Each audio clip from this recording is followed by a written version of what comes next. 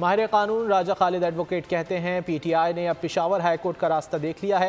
रात गए अदालतें खोलकर समातें की जा रही हैं। बोल से बातचीत करते हुए कहा कि पहले PTI वाले बार बार इस्लामाबाद हाईकोर्ट जाते थे, एक फैसला खिलाफ आया तो जज साहिबान के खिलाफ प्रोपेगेंडा शुरू कर दिया गया।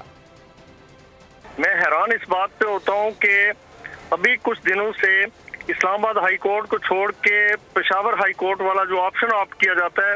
आप देखेंगे इस्लामाबाद हाई कोर्ट के चीफ जस्टिस हैं आमिर फारूक साहब, उन्होंने 35 केसेस में रिलीफ दिया PTI को, लेकिन जब एक केस में उन्होंने डायरेक्शन दे दी तो फिर उनका जो ऑफिशियल पेज है वहां से गालियां नशर होना शुरू हो गई, और गलीज गालियां ऐसे बंदे के खिलाफ जिसकी क्रेडिबिलिटी पे पाकिस्तान का कोई वकील उंगली नहीं उठा सकता। इतना शानदार कैरियर रखते हैं और इस वक्त भी वो इंतहाई शानदार तरीके से एडमिनिस्ट्रेशन ऑफ जस्टिस कर रहे हैं।